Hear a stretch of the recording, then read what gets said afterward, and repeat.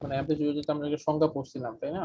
সাম্যাবস্থা থেকে সর্বাধিক যে দূরত্ব জি জি জি জি সর্বাধিক যে সরণ বা ডিসপ্লেসমেন্ট সেটাই হচ্ছে অ্যাম্পলিটিউড।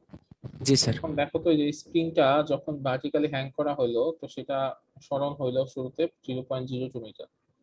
এরপরে যখন 2 কেজি ভরে বস্তু ঝুলানো হইলো তখন তার সরণ হলো 0.04 মিটার। তাহলে এইটাই তো তার সর্বোচ্চ সরণ তাই না? জি স্যার। তাহলে অ্যাম্পলিটিউডের মান কত হবে? 0.04 মিটার। 0.04 মিটার। ও আচ্ছা স্যার। এই লাস্টের ম্যাথটা কোন ফর্মুলাতে ইউজ করছো মেকানিক্যাল এনার্জি বের করার জন্য? Half K square sir. Is equal to half K square. ঠিক আছে? জি স্যার। কে এর মানটা যে প্রথম ম্যাথে পাওয়া যাবে আর এর মান হচ্ছে যে অ্যামপ্লিটিউড পেলে তো এটাও পেয়ে যাবে। জি স্যার। আচ্ছা, যে এরপরে ম্যাথে ওই যে মেকানিক্যাল এনার্জি আছে সেখানেও হচ্ছে যে হাফ কে স্কয়ার আর ম্যাক্সিমাম স্পিডও বের করছি স্যার। এটা করছি 7 নম্বরটা করছি স্যার। তাহলে এখানকার ম্যাথগুলো তো মনে সবগুলোই হয়ে গেছে। জি স্যার।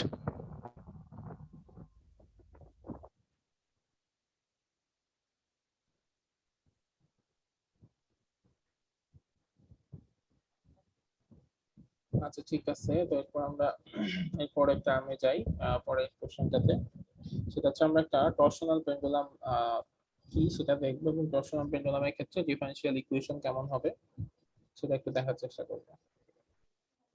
টরশনাল পেন্ডুলাম এটা হচ্ছে এমন একটা পেন্ডুলাম যেটা কনসিস্টস অফ এ ডিস্ক। একটা ডিস্ক থাকবে নিচে suspended by a wire attached to the centre of the mass of the disc. ধরো একটা ডিস্কের সেন্টার অফ মাস যেখানে কাজ করবে সেখান থেকে একটা তার কানেক্ট করা থাকবে ওটার সাথে এবং সেটা হচ্ছে উপরে কোনো একটা রিজিড কোনো একটা জায়গাতে রিজিড কোনো একটা সাপোর্টে সেটা ফিক্স করা থাকবে। এইরকম এইভাবে যে পেন্ডুলামটা তৈরি হয় সেই পেন্ডুলামকে বলা হয় টরশনাল পেন্ডুলাম।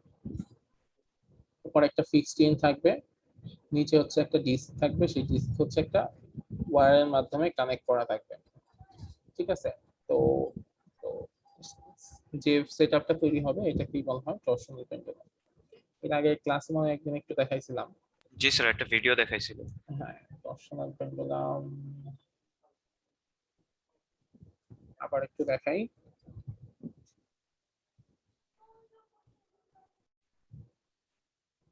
এখানেও সেম কথাটাই প্রযোজ্য যে এই ডিস্কটা যদি আমি অসিলেট করতে চাই তাহলে এখানে ম্যাক্সিমাম যে ডিসপ্লেসমেন্ট হয় সেটা হচ্ছে থিটা থিটা ম্যাক্স, সেটাকে আমরা বলবো অ্যামপ্লিটিউড।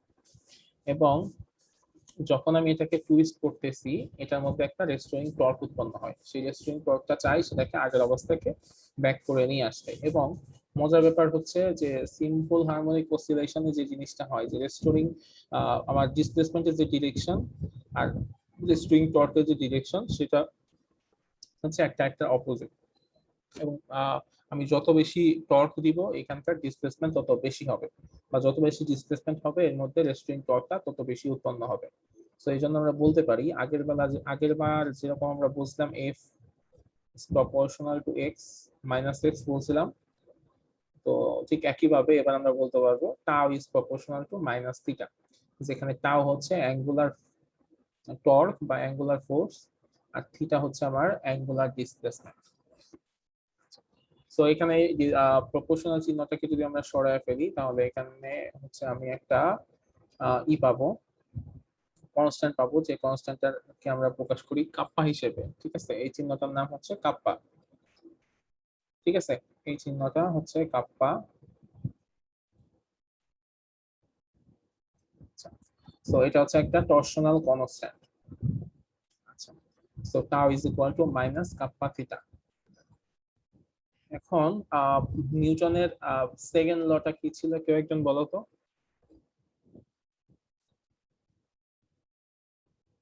বস্তুর F equals to ma। Sir কোন বস্তুর ত্বরণ ভরের উপর প্রযুক্ত বলের সমানুপাতিক। বল যেদিকে ক্রিয়া করে বস্তুর ভরবেগের পরিবর্তন ঠিক সেদিকেই হয়। আচ্ছা, সো ফাইনালি আমরা আসলে লিখি যে F is equal to ma। তো আমি যদি এটাকে অ্যাঙ্গুলার মোশনের ক্ষেত্রে চিন্তা করি তাহলে কি হবে? F is equal to m কে কি লিখতে পারবো? অ্যাঙ্গুলার মোশনের ক্ষেত্রে। অ্যাঙ্গুলার মোশনের ক্ষেত্রে এফ কে আমরা কি লিখি? টাউ। টাউ এম কে লিখি হচ্ছে I, moment of inertia. I A কে লিখি হচ্ছে আলফা, অ্যাঙ্গুলার অ্যাক্সেলারেশন। সো আমাদের যে ইকুয়েশনটা আসবে সেটা হচ্ছে tau is equal to I alpha. So এখানে আমরা পাইছি tau is equal to minus K theta, আর এখানে পেলাম tau is equal to I alpha. So আমরা এখান থেকে বলতে পারি I alpha is equal to minus K theta. তো তাহলে সেটাই লিখি যে I alpha is equal to minus K theta. এখন আলফা সমান সমান কি? আলফা হচ্ছে অ্যাক্সিলারেশন। অ্যাক্সিলারেশন মানে কি? ত্বরণ স্যার। ত্বরণ। তো অ্যাক্সিলারেশন কিভাবে পাওয়া যেতে পারে? যদি আমি ডিসপ্লেসমেন্টকে দুইবার টাইমের সাপেক্ষে ডিফারেন্সিয়েশন করি তাহলে অ্যাক্সিলারেশন পাওয়া যায়। তাহলে ডি স্কয়ার থিটা, থিটা যেহেতু আমার ডিসপ্লেসমেন্ট, তো d square theta divided by dt square, d square theta divided by dt square. ঠিক আছে? সো সেটা হচ্ছে alpha. Alpha is equal to d square theta divided by dt square সমান সমান minus kappa theta. এখন simply কি করতে পারি, কি করব আমি, যে উভয় পাশে আই দ্বারা ভাগ করে দিলাম। উভয় পাশে যদি আই দ্বারা ভাগ করে দিই তাহলে কি হবে? D square theta by dt square সমান সমান minus kappa divided by I theta. তো কাপ্পা ডিভাইডেড বাই আই থিটাকে যদি আমি এক পাশে নিয়ে আসি তাহলে কি পাওয়া যায়? D square theta by dt square plus kappa by I theta সমান সমান 0। এটাই হচ্ছে অ্যাঙ্গুলার সিম্পল হারমোনিক মোশনের জন্য differential equation. That means torsional পেন্ডুলামের জন্য ডিফারেনশিয়াল ইকুয়েশন। এখন এটার সাথে আগের যে ডিফারেনশিয়াল ইকুয়েশন আমরা যেটা পাইছিলাম সেটার সাথে যদি কম্পেয়ার করি তাহলে দেখো কি অবস্থা হয়। আগেরটা কি ছিল? D square x by dt square plus k by m x, এরকম ছিল না? পরে কে বাই এম কে আমরা কি লিখতাম? কে বাই এম কে আমরা লিখছিলাম হচ্ছে ওমেগা স্কয়ার, কিন্তু ইনিশিয়ালি কি ছিল? কে বাই এম এক্স। সো এই দুইটাকে যদি আমরা কম্পেয়ার করি তাহলে আমরা এখান থেকে বুঝতে পারি যে যেটা নরমালি আমরা রৈখিক লিনিয়ার মোশনের ক্ষেত্রে যেটাকে এক্স বলি, অ্যাঙ্গুলার মোশনের ক্ষেত্রে সেটা হচ্ছে থিটা। লিনিয়ার মোশনের ক্ষেত্রে যেটা হচ্ছে আমার স্প্রিং কনস্ট্যান্ট, অ্যাঙ্গুলার মোশনের ক্ষেত্রে সেটা হচ্ছে কাপ্পা টরশনাল কনস্ট্যান্ট। লিনিয়ার মোশনের ক্ষেত্রে যেটা আমার ম্যাস, অ্যাঙ্গুলার মোশনের ক্ষেত্রে সেটা আমার মোমেন্ট অফ ইনার্শিয়া। সো পার্থক্যটা হচ্ছে এইটুকুই, আর বাকি সব জিনিস একই। মানে ডিফারেনশিয়াল ইকুয়েশন আসলে একই ফর্ম, জাস্ট অ্যাঙ্গুলার মোশনের ক্ষেত্রে আমরা হচ্ছে যে নতুন যে ভাবে ডিনোট করি সেইগুলা দিয়ে ডিনোট করলেই ওই একই ইকুয়েশনেরই আরেকটা অ্যাঙ্গুলার ফর্ম পাওয়া যাবে। সেটা হচ্ছে টরশনাল পেন্ডুলামের জন্য বা অ্যাঙ্গুলার সিম্পল হারমোনিক মোশনের জন্য ডিফারেনশিয়াল ইকুয়েশন। তো এটার একটা সলিউশনও আছে, সেটা হচ্ছে থিটা সমান সমান থিটা এম কস ওমেগা টি প্লাস ফাই। ওই একই ভাবে এটা বের করা যায়। এটার ক্ষেত্রেও আমরা চাইলে একটা ওমেগা বের করতে পারি। ওমেগা হচ্ছে অ্যাঙ্গুলার ফ্রিকোয়েন্সি সমান সমান root k by m. So finally যদি তোমাকে বলা হয় টাইম পিরিয়ড বের করতে একটা টরশনাল পেন্ডুলামের ক্ষেত্রে, সেটা তাহলে কি হবে? t is equal to 2 pi by omega. ওমেগার মান হচ্ছে কি? ওমেগার মান হচ্ছে এটা উপরে দেখো রুট কে বাই আই, তাহলে এটা কি হয়ে যাবে? উল্টে যাবে, উল্টে গেলে 2 পাই রুট আই বাই কে। এটা হচ্ছে টরশনাল পেন্ডুলামের জন্য টাইম পিরিয়ডের মান। তো তোমাদের পরীক্ষায় কখন আসতে পারে এরকম যে একটা টরশনাল পেন্ডুলামের জন্য টাইম পিরিয়ডের মান কত হবে সেটা বের করার জন্য, তো সেক্ষেত্রে আমাদের এইভাবে এটা বের করে আনতে হবে। একই জিনিস না, জাস্ট মানে সিম্পল হারমোনিক মোশনে জাস্ট অ্যাঙ্গুলার ফর্ম করলেই জিনিসটা চলে আসে। এটা যদি আমরা অ্যাঙ্গুলার মোশনের ক্ষেত্রে বের করতাম তাহলে কি হইতো? এই একই জিনিস 2 পাই, উপরে হইতো এম আর নিচে হইতো কে। ঠিক আছে? আর এখন যেটা হয়েছে আয়ের জায়গায় আসছে এম আর কাপ্পার জায়গায় মানে কে এর জায়গায় কাপ্পা আসছে। কারো কোনো কনফিউশন আছে এখানে? না স্যার। ওকে, এখন আমরা ডিফারেন্ট টাইপের অসিলেশন দেখবো, যে ডিফারেন্ট টাইপের অসিলেশন আসলে কিভাবে তৈরি হয়। আচ্ছা, একটা অসিলেশন কয়েক ধরনের হয়। Free oscillation, damped oscillation, forced oscillation, এরকম কয়েক ধরনের অসিলেশন হয়।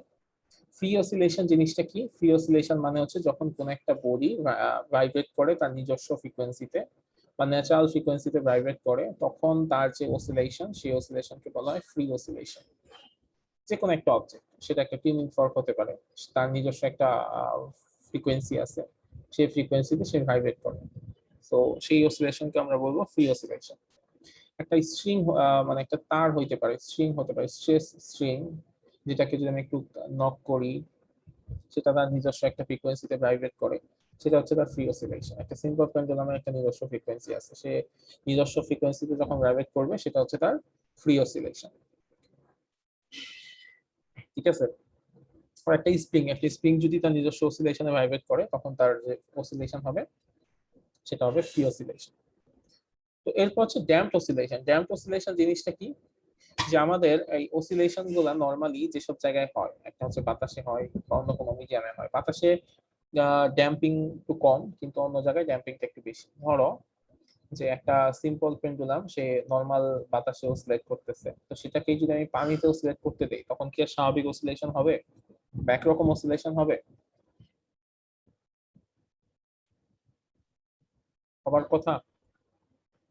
পানির মধ্যে যদি আমি একটা সিম্পল পেন্ডুলাম নিয়ে সেটা অসিলেট করতে দিই, বা হচ্ছে আমি একটা স্প্রিং কে পানির মধ্যে অসিলেট করতে দিলাম, তখন কি আর মানে নরমাল অসিলেশন হবে? বা একটা টিউনিং ফর্ককে আমি পানির মধ্যে অসিলেট করতে দিলাম, তখন কি স্বাভাবিক অসিলেশন হবে যেটা বাতাসে হইতো? না স্যার। হবে না, তখন কি হবে? এক ধরনের ড্যাম্পিং তৈরি হবে। ঠিক আছে? তো যখন আমরা পানির মধ্যে দিব, when an oscillation occurs, some kind of damping force সেখানে আসলে arise হয় due to the friction or air resistance offered by the medium.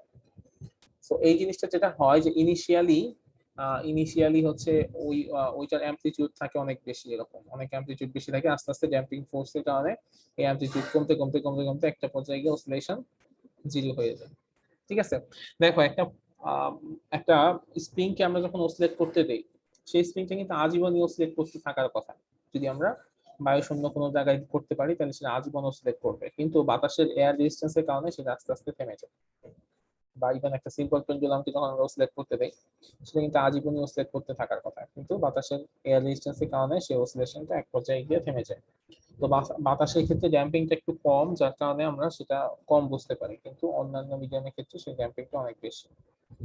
এবং যেটা হয় যে শুরুতে হচ্ছে অ্যামপ্লিটিউড অনেক বেশি থাকে এবং আস্তে আস্তে আস্তে আস্তে এই অ্যামপ্লিটিউডের মান কমতে কমতে কমতে এক পর্যায়ে গিয়ে জিরো হয়ে যায়।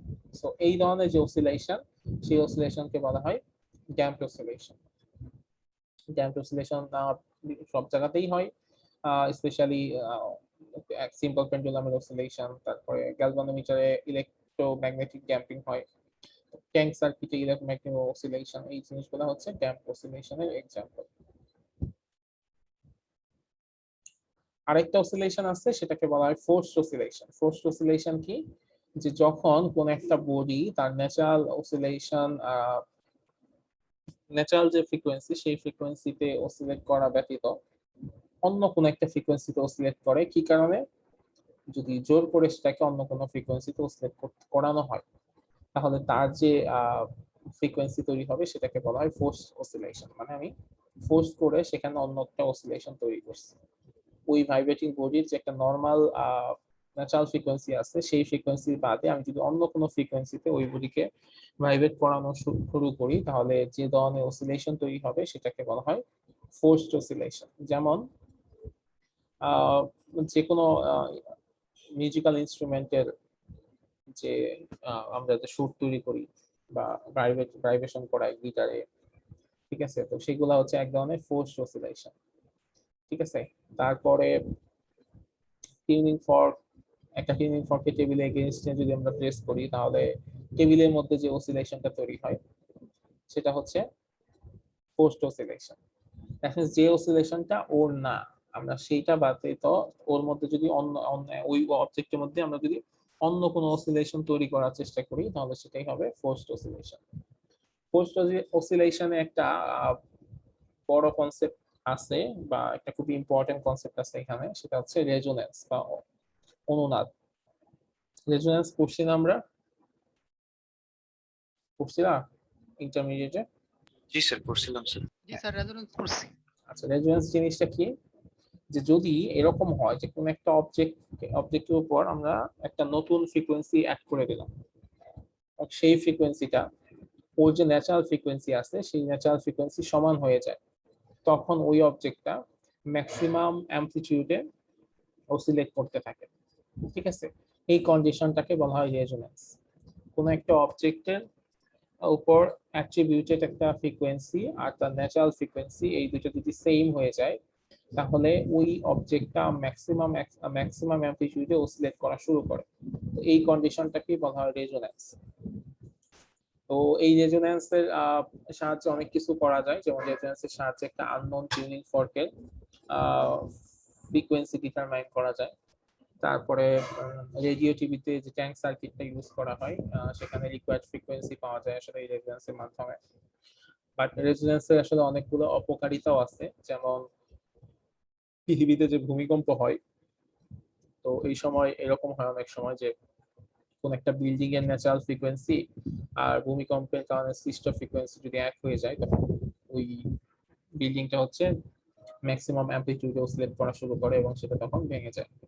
এটা একটা জিনিস। তারপরে এরকম একটা কথা বলা হয় যে কোন একটা সোলজারদেরকে হচ্ছে কোনো ব্রিজের উপর দিয়ে স্বাভাবিকভাবে হাঁটতে বলা হয়, ওরা যেভাবে মার্চ করে হাঁটে সেভাবে হাঁটতে নিষেধ করা হয়। কারণ কোন একটা সময় এরকম করে একটা ব্রিজের উপর দিয়ে মার্চ করে হাঁটতেছিল সোলজাররা, পরে সেই ব্রিজের ফ্রিকোয়েন্সি আর সোলজারদের পায়ের কারণে যে ফ্রিকোয়েন্সি তৈরি হচ্ছে, দুইটা একত্র হয়ে গিয়ে দুইটা সেম হয়ে যাওয়ার কারণে ওই ব্রিজটা পরে ভেঙে গেছিল।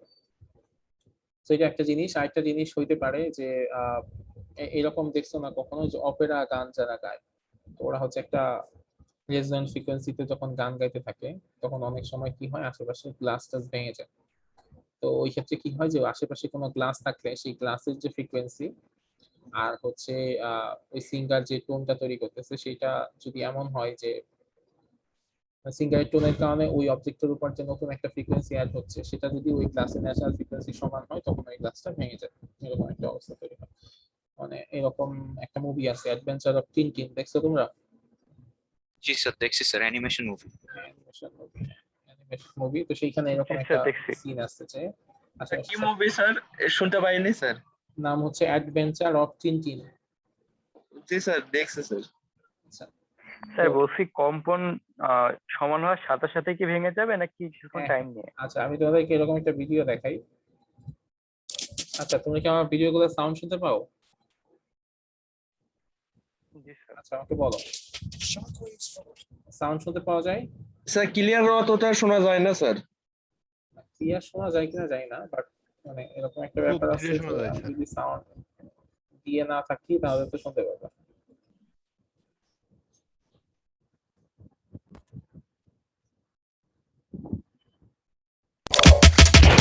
Shockwaves from a punch can do damage to the human body. Now we're going to time warp at 10,000 frames per second to see how sound waves destroy a glass. Jamie Vendera is famous for using the sound of his voice to destroy wine glasses. They seem to simply explode. But what's happening? I know the sound waves broke the glass, but I couldn't see how. So I'm going to use our slow motion camera to see what we were missing. Instead of singing, I'm going to use a speaker and a tone generator. I have to find the natural vibrating frequency of the glass. I have to match this tone.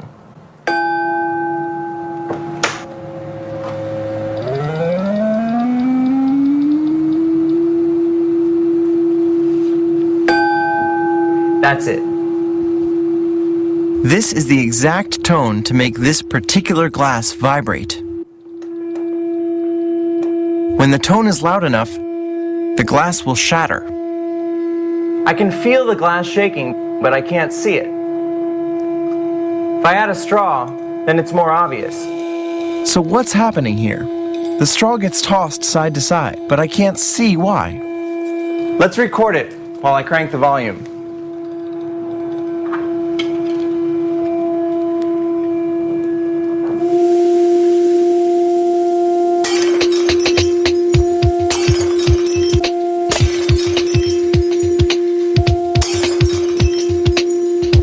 took 10,000 frames per second, and I took 1 second. If I were to play back this whole video, it would take 8 minutes to get through. Oh, this is amazing. What felt like the whole goblet vibrating is actually the rim bending back and forth, 337 times a second, the same rate as the sound waves. If I draw in the sound waves, you can see what's happening. One wave comes out of the speaker and pushes the side of the wine glass. The glass bounces back just when another sound wave pushes it again. If the timing or frequency of the sound waves is exactly right, the motion will build until the glass breaks.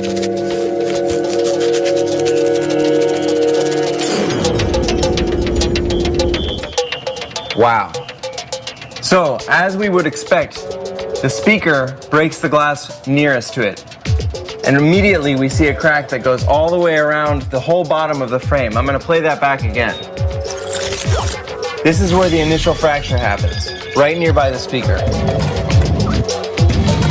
And in about 3 frames, and this is 3/10,000ths of a second, we see this crack go along the bottom where the glass gets thicker and come right back up to the top where it's thin. So if we follow that a little more, this piece has just fallen off, but it doesn't in some sense even know that it's fallen off from the rest of the glass. All of the glass was shaking at about 300 hertz, 300 vibrations per second. And this piece is still doing that. You can see the corners of the glass still flexing as if they were influenced by the speaker, but the speaker is way too far away now to have that influence on this piece. It just has the leftover inertia. And we see that in all the pieces here, even along the top edge of this glass. This piece of glass is not resonant at that frequency anymore, so it can't get energy from the speaker, and all that we see shaking is the leftover energy from what the speaker gave it in order for it to break. So, if you thought that glass couldn't bend, think again. Time warping changes the way we see the world because it makes the invisible visible. Shockwaves from a punch can do damage to the human body.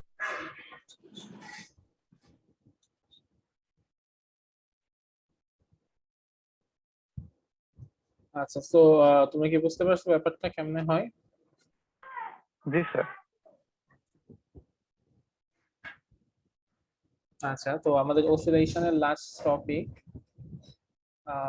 সেটা হচ্ছে damped harmonic oscillation.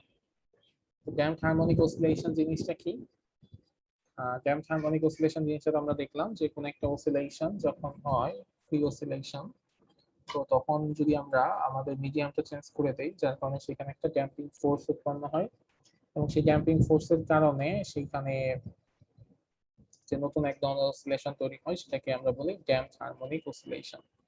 ঠিক আছে, এটা হচ্ছে damping ফোর্সের কারণে হচ্ছে। এবং সেক্ষেত্রে কি হয় যে অ্যামপ্লিটিউডটা আস্তে আস্তে কমতে থাকে। শুরুতে যে অ্যামপ্লিটিউড থাকে অসিলেশনে, অ্যামপ্লিটিউড কমতে কমতে কমতে কমতে আস্তে আস্তে জিরো হয়ে যায়। আচ্ছা, সো আমরা এখন একটু ড্যাম্প হারমোনিক অসিলেশনের ক্ষেত্রে যে এটার কিভাবে হয় বা এটার ইকুয়েশনটা কি সেটা একটু দেখার চেষ্টা করি। সেটা হচ্ছে ড্যাম্প হারমোনিক অসিলেশনের ক্ষেত্রে একটা নতুন ড্যাম্পিং ফোর্স অ্যাড হয়। ঠিক আছে, আমাদের নরমাল ক্ষেত্রে যেটা ছিল, নরমাল ক্ষেত্রে আমরা লিখতাম হচ্ছে F is equal to kx, এটা ছিল আমাদের ইকুয়েশনের শুরু। F is equal to minus kx, এটা ছিল আমাদের ইকুয়েশনের শুরু। তো এই ক্ষেত্রে যেহেতু নতুন আরেকটা ফোর্স অ্যাড হচ্ছে, ড্যাম্পিং ফোর্স, তো সেই ফোর্সটাকেও তো আমাদেরকে অ্যাড করতে হবে। তো আমি সামেশন করি দুইটা ফোর্সের যদি সামেশন করি, সামেশন fx সমান সমান কি হবে? মাইনাস kx, আরেকটা হচ্ছে মাইনাস bv। এই bvটা হচ্ছে কি? একটা ড্যাম্পিং ফোর্স।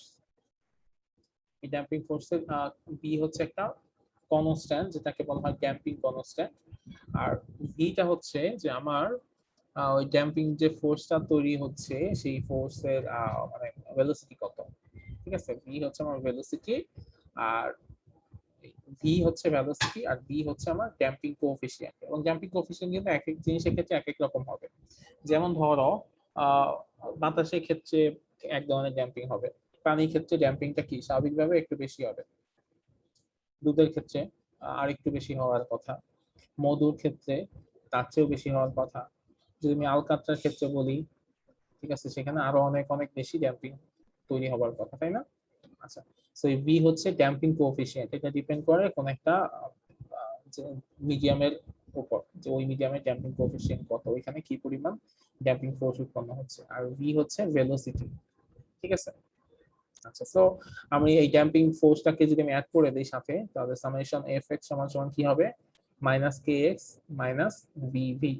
ওকে, সো এফ সমান সমান আমরা কি জানি, এফ সমান সমান জানি ma, a সমান সমান হচ্ছে d²x/dt² সমান সমান -kx, v, আর v সমান সমান কি, v হচ্ছে ভেলোসিটি, ভেলোসিটি সমান সমান হচ্ছে dx/dt। তো এখন এই সমীকরণে উভয় পক্ষে আমি যদি m দ্বারা ভাগ করে দেই, তাহলে কি হবে, d²x/dt² প্লাস, এগুলোকে এই পাশে নিয়ে আসা হয়েছে, b/m dx/dt plus k/mx। So ultimately আমরা যে ইকুয়েশনটা পেলাম, আমরা জানি k/m সমান সমান ω²x, so d²x/dt² plus b/m dx/dt plus ω²x সমান সমান 0। এটাই হচ্ছে ড্যাম্পিং অসিলেশনের জন্য ডিফারেনশিয়াল ইকুয়েশন। দ্যাটস মিন্স এখানে একটা ড্যাম্পিং কোএফিসিয়েন্ট, মানে ড্যাম্পিং এর জন্য একটা এক্সট্রা টার্ম অ্যাড হয়েছে, এইটুকুই, এর বেশি কিছু না। এই ড্যাম্পিং এর জন্য b/m dx/dt একটা এক্সট্রা টার্ম অ্যাড হয়েছে, এটাকে বলা হয় ড্যাম্পিং কোএফিসিয়েন্ট।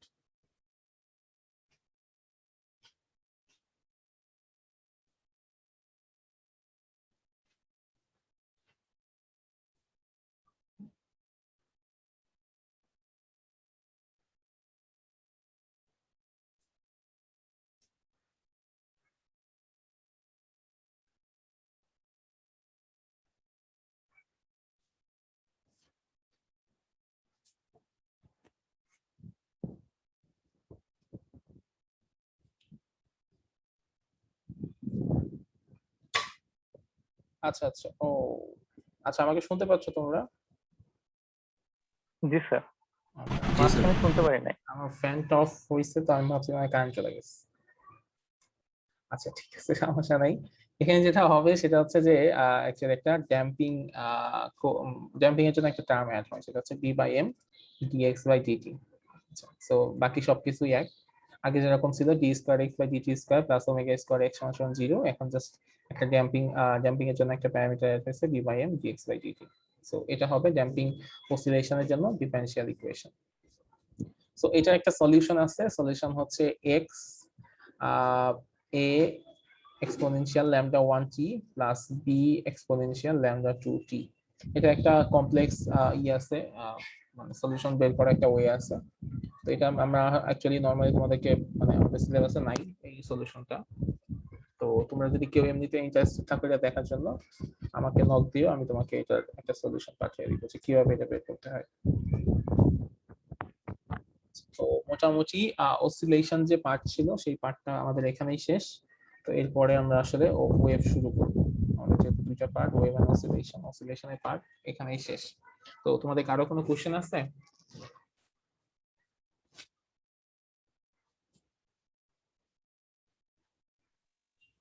স্যার বলতেছি যে ওই যে প্রতিপাদনগুলো আছে যার মাধ্যমে আমরা মেইন সূত্রটা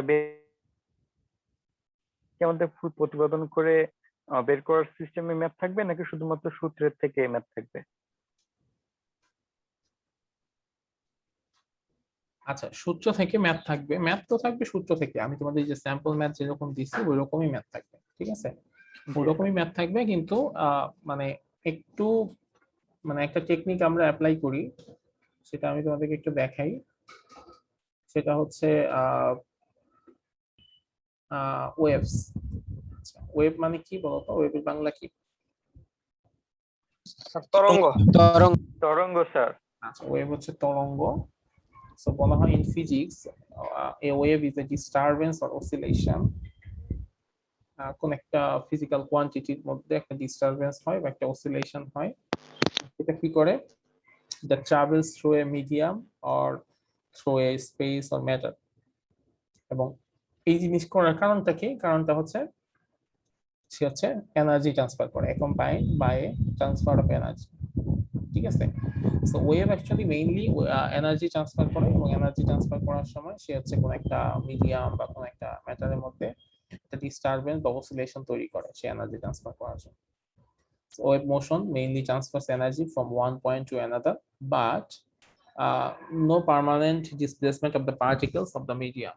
মানে ওয়েভ গুলা এরকম হয় যে পার্টিকেলের ডিসপ্লেসমেন্ট না করে, কোন একটা জায়গার কোন একটা পার্টিকেলের পার্মানেন্ট ডিসপ্লেসমেন্ট না করে সে কি করে, একটা পার্টিকেল থেকে আরেকটা পার্টিকেলে বা একটা পয়েন্ট থেকে আরেকটা পয়েন্টে এনার্জি ট্রান্সফার করে। সো এটাই হচ্ছে ওয়েভের মেইন ডেফিনেশন, যে wave is a disturbance or oscillation that travels through a medium or a space or a matter with a view to transfer of energy. Wave transfer energy from one point to another, but there is no permanent displacement of the particles of the medium. Wave mainly দুই ধরনের, একটা হচ্ছে electromagnetic wave আর একটা হচ্ছে কি mechanical wave. Electromagnetic wave আর mechanical wave এই দুইটা প্রকারভেদ কিভাবে আসে? ওয়েভের প্রকারভেদ আসে এইভাবে যে ওয়েভের মিডিয়ামটাকে দরকার হয় নাকি দরকার হয় না। ওয়েভের যদি কোনো মিডিয়াম দরকার হয় ট্রাভেল করার জন্য, তাহলে সেই ধরনের ওয়েভকে বলা হয় মেকানিক্যাল ওয়েভ। আর একটা ওয়েভের যদি কোনো মিডিয়াম দরকার না হয় ট্রাভেল করার জন্য, তাহলে সেই ধরনের যে ওয়েভ সেটাকে বলা হয় ইলেকট্রোম্যাগনেটিক ওয়েভ। ইলেকট্রোম্যাগনেটিক ওয়েভ হচ্ছে ওয়েভ এর অনেকগুলা আছে, ক্যাটাগরি আছে। আমরা জানি ইলেকট্রোম্যাগনেটিক স্পেকট্রাম সম্পর্কে জানি। সো ইলেকট্রোম্যাগনেটিক স্পেকট্রাম, ইলেকট্রোম্যাগনেটিক ওয়েভটা হচ্ছে ডিপেন্ড করে, মানে ক্যাটাগরি ডিপেন্ড করে হচ্ছে ওয়েভলেন্থের উপর, পার্থক্যের উপর বেস করে। তো সবচেয়ে বেশি ওয়েভলেন্থের যে ইলেকট্রোম্যাগনেটিক ওয়েভ বা ইলেকট্রোম্যাগনেটিক স্পেকট্রাম, সেটা হচ্ছে কি রেডিও ওয়েভ। রেডিও ওয়েভ যেটা হচ্ছে এফএম রেডিও বা এএম রেডিওতে যে ফ্রিকোয়েন্সিটা, যে ওয়েভলেন্থটা ইউজ করা হয় সেটা হচ্ছে রেডিও ওয়েভস। এরপর হচ্ছে মাইক্রোওয়েভ। আমাদের বাসায় যে মাইক্রোওয়েভেন থাকে, সেই মাইক্রোওয়েভেনে যে ওয়েভলেন্থে বা যে ফ্রিকোয়েন্সিতে কাজ করে সেটা হচ্ছে মাইক্রোওয়েভ। এরপরে এরপর হচ্ছে আল্ট্রাভায়োলেট রে, ঠিক আছে। এরপর হচ্ছে আল্ট্রাভায়োলেট রে, সেটা হচ্ছে অতি বেগুনি রশ্মি যেটা সূর্য থেকে আসে, আল্ট্রাভায়োলেট। এবং সেটা থেকে বাঁচার জন্য আমরা কি করি, অনেক কিছু অ্যাপ্লাই করি, মুখে বা চশমা ইউজ করি। তারপর হচ্ছে নর্মাল ভিজিবল লাইট, যেটা আমরা দেখতে পাই, এটাকে আমরা ভিজিবল লাইট বা লাইট বলি। ভিজিবল লাইটের মধ্যে আবার 7টা ভাগ আছে, তাই না? Violet, indigo, green, yellow, orange, red. বেগুনি, আসমানি, নীল, সবুজ, হলুদ, কমলা, লাল, এই 7টা রং। হ্যাঁ, এই 7টা রং হচ্ছে ভিজিবল লাইট। এই 7টা রঙের বাইরে আমরা কোনো রং আসলে দেখতে পাই না। এর চাইতে বেশি ওয়েভলেন্থ আমরা দেখতে পাই না, এর চাইতে কম ওয়েভলেন্থ আমরা দেখতে পাই না। এই 7টা রঙই হচ্ছে আমরা দেখতে পাই, মানে এই ওয়েভলেন্থের মধ্যেই হচ্ছে আমাদের চোখের ক্ষমতা। এবং এটার পাল্লা কতটুকু? এটা মোটামুটি 400 থেকে 700 ন্যানোমিটার এরকম, ঠিক আছে। 400 বা 350 ন্যানোমিটার থেকে 700 750 ন্যানোমিটার পর্যন্ত হচ্ছে এই ভিজিবল রেঞ্জের পাল্লা। আচ্ছা, আবার অনেক সময় এরকম বলা হয় 4000 অ্যাংস্ট্রম থেকে 8000 অ্যাংস্ট্রম। আচ্ছা, এরপর হচ্ছে কি আল্ট্রাভায়োলেট, সরি আমি ইনফ্রারেডটা হবে আগে। আমি যেখানে আল্ট্রাভায়োলেট বলছি ওখানে আসলে ইনফ্রারেড হবে। ইনফ্রারেড রে, ইনফ্রারেড রে পরে হচ্ছে ভিজিবল লাইট, ভিজিবল লাইটের পরে হচ্ছে আল্ট্রাভায়োলেট। ইনফ্রারেড রে কোথায় কাজে লাগে? ইনফ্রারেড রে হচ্ছে আমাদের নাইট ভিউ ক্যামেরা যেগুলো আছে বা নাইট মোশন ক্যামেরা যেগুলো আছে, এইসব ক্ষেত্রে ইনফ্রারেড রে ইউজ করা হয়। তারপর হচ্ছে ভিজিবল লাইট, তারপর হচ্ছে আল্ট্রাভায়োলেট রে, এরপর হচ্ছে এক্স রে, তারপর হচ্ছে গামা রে। এক্স রে দ্বারা বিভিন্ন ধরনের ট্রিটমেন্টে এক্স রে ইউজ করা হয়। যে আমাদের হাত ভাঙলে, পা ভাঙলে আমরা কি করি? এক্স রে করে, তাই না? যে আরে ফ্র্যাকচার এসব বের করার জন্য। আর গামা রে হচ্ছে আরো বেশি ছোট তাদের ওয়েভলেন্থ, তার মানে ফ্রিকোয়েন্সি আরো বেশি। সো গামা রে দিয়ে কি করা হয়? গামা রে দিয়ে হচ্ছে ক্যান্সার ট্রিটমেন্ট করা হয়, ঠিক আছে। ক্যান্সার আক্রান্ত কোনো সেল যদি থাকে গামা রে ইউজ করে সেই সেলগুলোকে ধ্বংস করা হয়। ঠিক আছে, এই হচ্ছে ইলেকট্রোম্যাগনেটিক স্পেকট্রাম এবং ইলেকট্রোম্যাগনেটিক ওয়েভের এক্সাম্পল। আচ্ছা, আর আর যেসব ওয়েভের জন্য মিডিয়াম দরকার, এখানে একটা ব্যাপার হচ্ছে কি, এই ইলেকট্রোম্যাগনেটিক ওয়েভের জন্য কোনো মিডিয়াম দরকার হয় না, কিন্তু কোনো মিডিয়ামের মধ্য দিয়ে কিন্তু ইলেকট্রোম্যাগনেটিক ওয়েভ আবার পাস করতে পারে, মানে মিডিয়ামের দরকার নাই কিন্তু থাকলে কোনো সমস্যা নাই। আর মেকানিক্যাল ওয়েভ যেগুলো, মেকানিক্যাল ওয়েভের জন্য অবশ্যই মিডিয়াম লাগবে, মিডিয়াম ছাড়া তারা ট্রাভেল করতে পারবে না, মিডিয়াম ছাড়া কোনো ধরনের ওয়েভের মুভমেন্টই হবে না, ওয়েভ তৈরি হবে না। তো এই ধরনের ওয়েভ হচ্ছে দুই ধরনের, একটা হচ্ছে লংগিটিউডিনাল ওয়েভস আর একটা হচ্ছে ট্রান্সভার্স ওয়েভ। ঠিক আছে, লংগিটিউডিনাল ওয়েভস আর হচ্ছে ট্রান্সভার্স ওয়েভ। ট্রান্সভার্স ওয়েভ মানে কি? অনুদৈর্ঘ্য না অনুপ্রস্থ?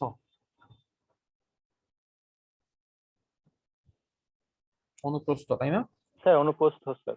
ট্রান্সভার্স ওয়েভ হচ্ছে অনুপ্রস্থ তরঙ্গ, আর হচ্ছে লংগিটিউডিনাল ওয়েভস হচ্ছে অনুদৈর্ঘ্য তরঙ্গ।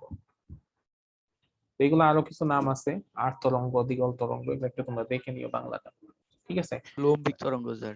হ্যাঁ, লম্বিক তরঙ্গ, আর্ট তরঙ্গ, এরকম নাম আছে না অনেকগুলো, তো কোনটা কি নাম বাংলাটা দেখে নিও।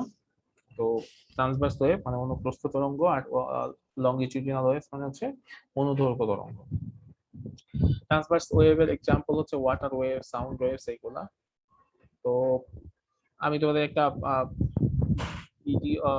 মানে ট্রান্সভার্স ওয়েভ হচ্ছে কি, ওয়াটার ওয়েভস বা এইগুলা, আর সাউন্ড ওয়েভ যেটা, সাউন্ড ওয়েভ হচ্ছে লংগিটিউডিনাল ওয়েভ। এখন তোমাদের মনে হতে পারে যে এই ট্রান্সভার্স ওয়েভ বা লংগিটিউডিনাল ওয়েভস গুলা কোনটা কি, তো সেটা দেখার জন্য একটা ভিডিও দেখাই, ওটা দেখলে আমার বিশ্বাস তোমাদের সবার সব কনফিউশন দূর হয়ে যাবে। Transmission of sound.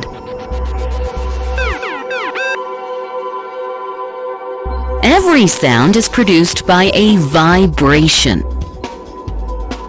Vibration is the back and forth movement of an object. As you speak, vibrations are produced by the vocal cords in the throat. You can hear only when the sound energy reaches your ears. But how does sound energy travel? Wonder how that works? Come, let's go across to Dr. Zook.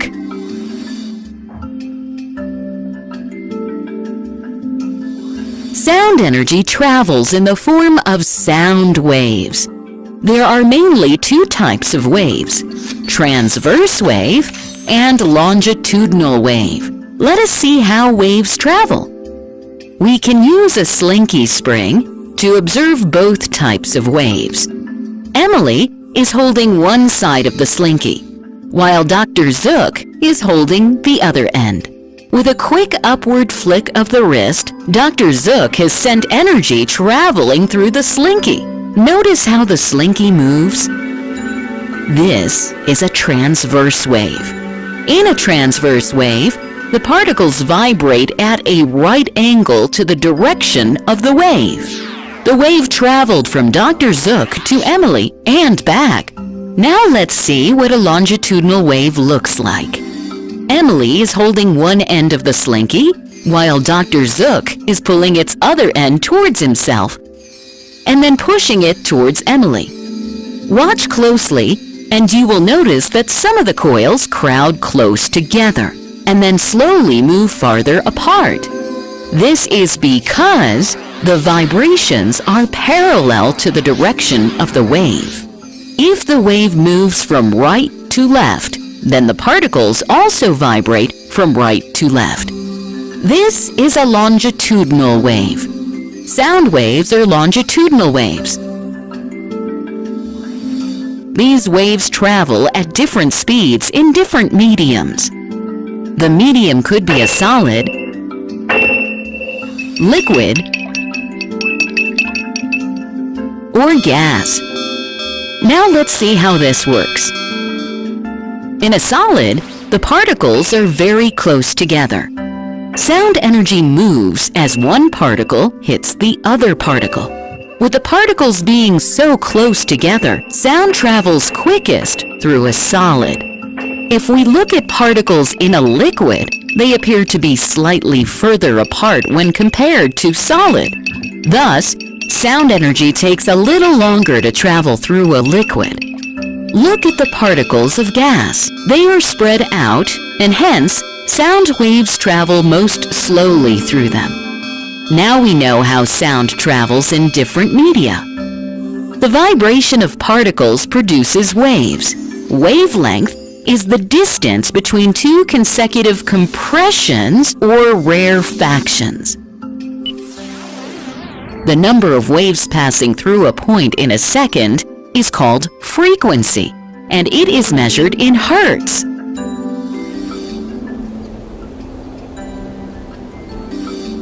Sound waves travel in all directions.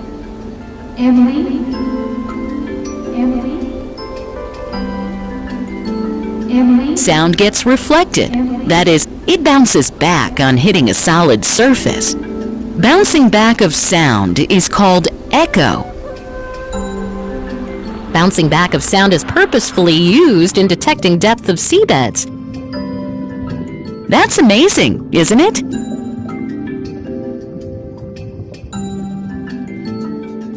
Summary. Every sound is produced by a vibration. Vibrations are produced by our vocal cords when we speak. There are two types of waves, transverse wave and longitudinal wave.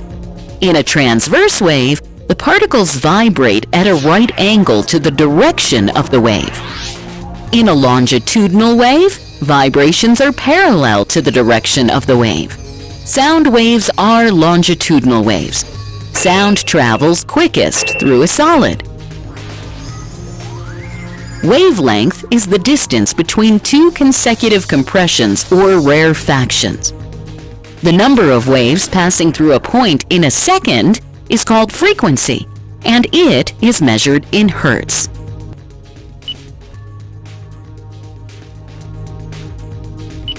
Bouncing back of sound is called echo.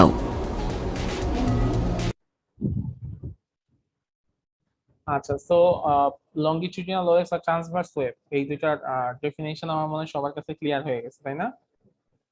G sir. আচ্ছা, জিনিসটা কি যে যখন একটা wave যেদিকে travel করে আর তার propagation যেটা হয়, এটা যদি একটা একটার সাথে রাইট অ্যাঙ্গেলে থাকে বা 90 ডিগ্রি থাকে, দ্যাট মিন্স পারপেন্ডিকুলার থাকে, তখন যে ধরনের ওয়েভ তৈরি হয় সেটাকে আমরা বলি ট্রান্সভার্স ওয়েভ। আর যদি এমন হয় যে একটা ওয়েভ যেদিকে প্রোপাগেট করতেছে আর তার ভাইব্রেশনও হচ্ছে একই দিকে, তখন যে ধরনের ওয়েভ তৈরি হয় সেটা হচ্ছে লংগিটিউডিনাল ওয়েভস।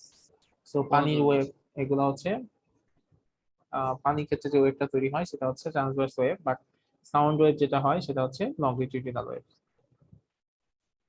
এবং একটা জিনিস খেয়াল করে দেখি আমরা, সেটা হচ্ছে ট্রান্সভার্স ওয়েভের ক্ষেত্রে একটা তরঙ্গ চূড়া বা ক্রেস্ট, একটা তরঙ্গ হাত, সেটা হচ্ছে ট্রাফ তৈরি হয়, মানে একটা তরঙ্গ শীর্ষ তৈরি হয়, একটা তরঙ্গ খাত তৈরি হয়। দ্যাট মিন্স একটা ক্রেস্ট আর একটা ট্রাফ তৈরি হয়। আর লংগিটিউডিনাল ওয়েভস এর ক্ষেত্রে কি হয়, একটা কম্প্রেশন হয়, একটা রিয়ারফ্লেকশন হয়, মানে একটা সংকোচন হয়, একটা প্রসারণ হয়। একটা সংকোচন এবং একটা প্রসারণ এরকম করে করে লংগিটিউডিনাল ওয়েভস গুলো ট্রাভেল করে।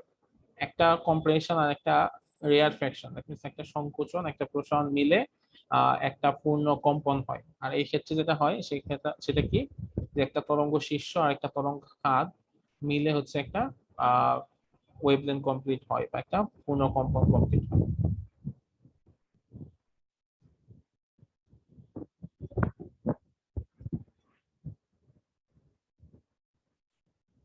ঠিক আছে, তো এইটুকু কারো কোনো কোশ্চেন আছে?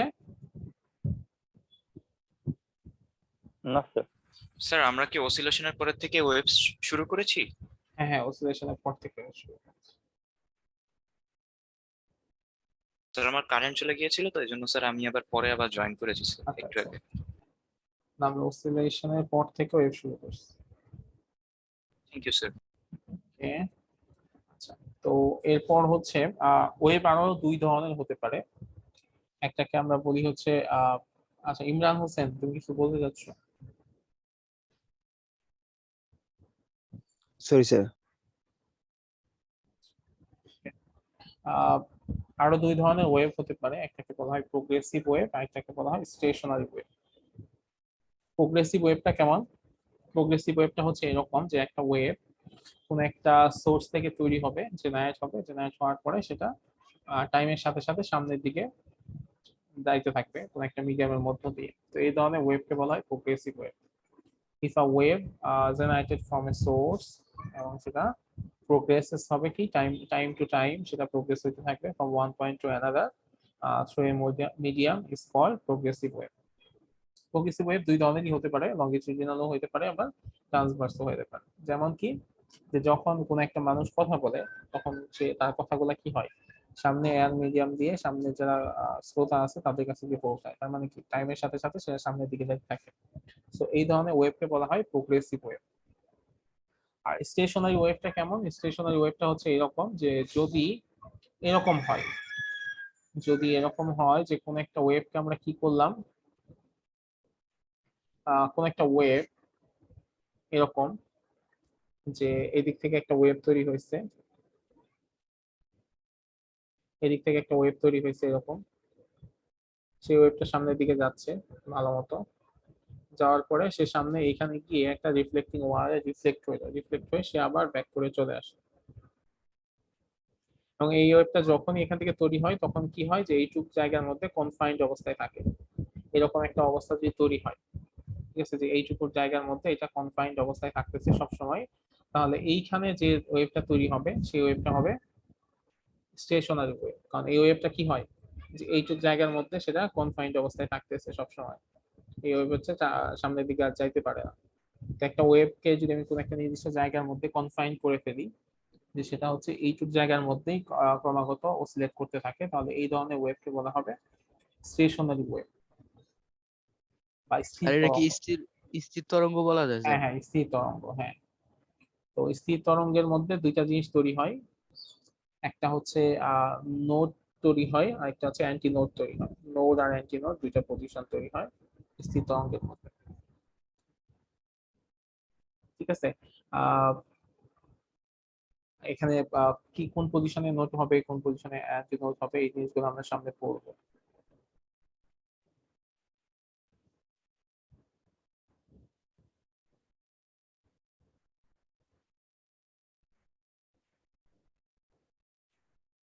ওকে, তো আমরা যদি আজকে একটু দেখি যে একটা প্রোগ্রেসিভ ওয়েভ আসলে কিভাবে তৈরি হয় এবং প্রোগ্রেসিভ ওয়েভের ইকুয়েশনটা আসলে দেখতে কেমন হয়। ধরে নিলাম, আচ্ছা আমি একটু আমার বোর্ডটা অন করি, তারপর তো অনেকে দেখাচ্ছি।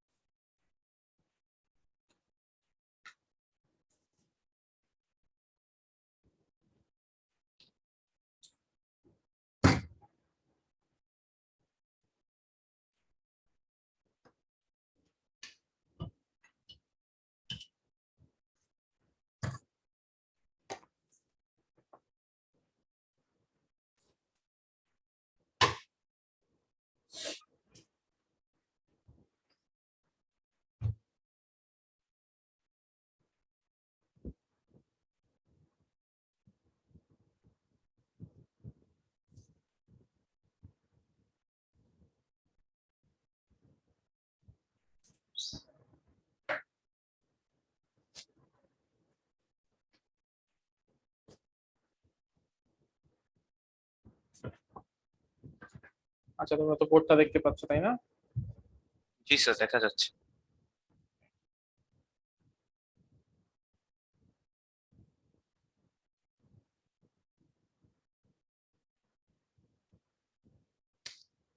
আচ্ছা, ধরে নিলাম যে একটা প্রোগ্রেসিভ ওয়েভ তৈরি হচ্ছে এখান থেকে, ও পয়েন্ট থেকে একটা প্রোগ্রেসিভ ওয়েভ তৈরি হচ্ছে।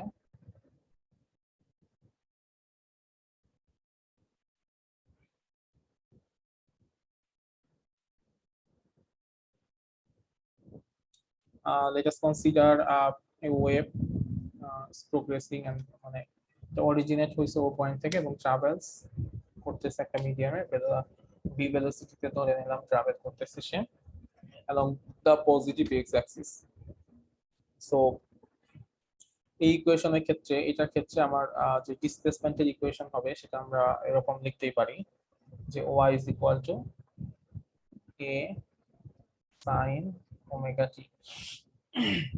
এটা লেখা যায় না? আমরা মানে আমাদের সিম্পল হারমোনিক অসিলেশনে যে ডিসপ্লেসমেন্ট ছিল সেখান থেকে আমরা এটা লিখতে পারি না, y is equal to a sin omega t। G sir. যেখানে a হচ্ছে আমার অ্যামপ্লিটিউড আর ওমেগা হচ্ছে অ্যাঙ্গুলার ভেলোসিটি আর ওমেগা টি এটা হচ্ছে ফেজ অ্যাঙ্গেল। এখন আমি চিন্তা করি যদি যে এই যে এই এই অবস্থাতে তো আমি এই ইকুয়েশনটা লিখলাম, যদি এরকম হয় যে এই ওয়েভটা এই পজিশনে আর নাই, সে হচ্ছে একটা নতুন একটা পজিশনে চলে গেছে, নতুন একটা পি পজিশনে চলে গেছে আমার পার্টিকেলটা, এইরকম একটা পি পজিশনে আমার পার্টিকেলটা চলে গেছে বা পার্টিকেলটা আছে, এই পি পজিশনে আমার ডিসপ্লেসমেন্টটা কেমন হবে সেটা আমি একটু দেখতে যাচ্ছি। ঠিক আছে, আমরা নরমালি জানি কি যে এখান থেকে যেহেতু এই ওয়েভটা তৈরি হয়েছে এখানে এসে সে পূর্ণ কম্পন শেষ করছে, তো এইটুক জায়গার মধ্যে তার যে ওয়েভলেন্থ সেটা হচ্ছে ল্যামডা, এবং এইটুকুর মধ্যে তার যে ফেজ ডিফারেন্স সেটা হচ্ছে কি 2 পাই, ফেজ ডিফারেন্স হচ্ছে 2 পাই আর ওয়েভলেন্থ হচ্ছে ল্যামডা। এখন আমি এই যে পি পজিশন আছে সেই পি পজিশনে ফেজ ডিফারেন্স কি হবে সেটা আমি আসলে একটু বের করতে চাই, এটা আমার ইচ্ছা। হ্যাঁ, তো পি পজিশনে ফেজ ডিফারেন্স কি হবে সেটা যদি বের করতে চাই তাহলে পি পজিশনে আমার যে ডিসপ্লেসমেন্ট সেটা একটু দেখতে হবে যে পি পজিশনে আমার ডিসপ্লেসমেন্টটা কত। তো পি পজিশনে যে নতুন ডিসপ্লেসমেন্ট হবে সেটা কি হবে, y is equal to a sin omega t minus delta। That means এইখানে এই x স্যার হ্যাঁ, স্যার এখানে এই যে ফেজ ডিফারেন্স স্যার 2 পাই দিলেন স্যার, এটা কোন পজিশনে স্যার? এটা এটা হচ্ছে তোমার এই যে এখান থেকে এই পর্যন্ত একটা মানে একটা পূর্ণ কম্পন যখন হয় তখন যে ফেজ ডিফারেন্স হয় সেটা হয় 2 পাই। দ্যাট মিন্স একটা পূর্ণ কম্পন হইলে সেখানকার ওয়েভলেন্থ হচ্ছে ল্যামডা, আর ল্যামডার জন্য যে আমার ফেজ ডিফারেন্স সেটা হচ্ছে 2 পাই। হ্যাঁ স্যার বুঝছি, ঠিক আছে। আচ্ছা, এখন খেয়াল করে দেখো এখান থেকে এইটুকু হচ্ছে ল্যামডা, এইটুকু হচ্ছে 2 পাই, আর আমি ধরে নিলাম যে এই যে পি পজিশন আছে এই পি পজিশন থেকে এই পর্যন্ত ডিসটেন্স সেটা হচ্ছে এক্স, পি পজিশন থেকে এই পর্যন্ত যে ডিসটেন্স সেটা হচ্ছে এক্স। তার মানে আমার এখন আসলে বের করতে হবে যে এক্স এর জন্য আমার ফেজ ডিফারেন্সটা কত হবে। আমি একটু আগে যেটা দেখছি যে পাথ ডিফারেন্স যদি ল্যামডা হয় তাহলে আমার ফেজ ডিফারেন্স কত হচ্ছে, ফেজ ডিফারেন্স হয় 2 পাই। পাথ ডিফারেন্স ল্যামডা মানে ফেজ ডিফারেন্স হচ্ছে 2 পাই।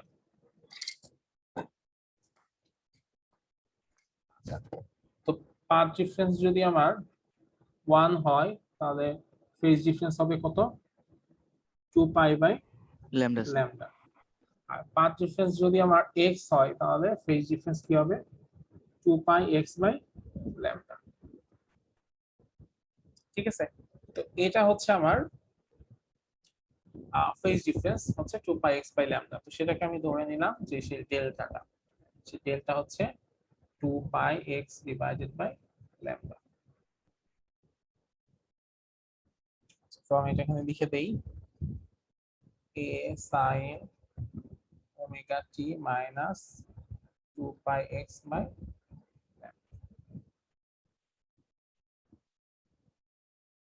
সো আমাদের ইকুয়েশন যেটা আমরা পাইছি সেটা হচ্ছে এটা,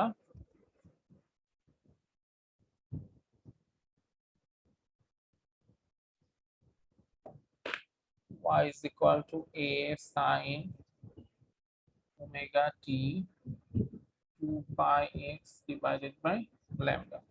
এই ইকুয়েশনটা আমরা পাইলাম। এই ইকুয়েশনটাকে যদি আমরা আরো ভাঙি তাহলে কি করতে পারি, a sin ওমেগা মান হচ্ছে কি লিখতে পারি, 2 পাই f t minus 2 pi x divided by lambda। a sin 2 pi f সমান সমান লেখা যায় না v বাই ল্যামডা, লিখা যায়? জি sir. G sir 2 pi x divided by lambda। তাহলে এখান থেকে আমরা 2 pi by lambda এটাকে কমন নিতে পারি। তো জিনিসটা হবে a sin 2 pi by lambda, তাহলে এই পাশে থাকবে vt minus x, y is equal to a sin 2 pi by lambda vt minus x। এটা হচ্ছে কি আমার পজিটিভ x ডিরেকশনে, আমি যদি পজিটিভ x ডিরেকশনে আমার একটা প্রোগ্রেসিভ ওয়েভ ট্রাভেল করে, তাহলে সেক্ষেত্রে আমার যে ইকুয়েশন আসবে সেটা হচ্ছে y is equal to a sin 2 pi by lambda vt minus x। এখন যদি এমন হয় যে না এটা পজিটিভ x ডিরেকশনে না হয়ে নেগেটিভ x ডিরেকশনে হয়ে যায়, তাহলে কি হবে? তাহলে প্লাসের জায়গায় মাইনাস হবে, y is equal to a sin 2 pi by lambda vt plus x। So ultimately আমরা যদি একটা জেনারেল ফর্ম লিখি তাহলে জিনিসটা হবে এরকম যে y is equal to a sin 2 pi by lambda vt plus minus x। এটাই হচ্ছে প্রোগ্রেসিভ ওয়েভের জন্য ডিফারেনশিয়াল ইকুয়েশনের একটা জেনারেল ফর্ম। ঠিক আছে, একটা যে কোনো একটা প্রোগ্রেসিভ ওয়েভের জন্য ডিফারেনশিয়াল যে ইকুয়েশন সেই ইকুয়েশনের একটা জেনারেল ফর্ম। বুঝতে পারছি? জি স্যার আজকে কি একটু বেশি পড়ে ফেলছি, আর একটু পড়ানো যাবে?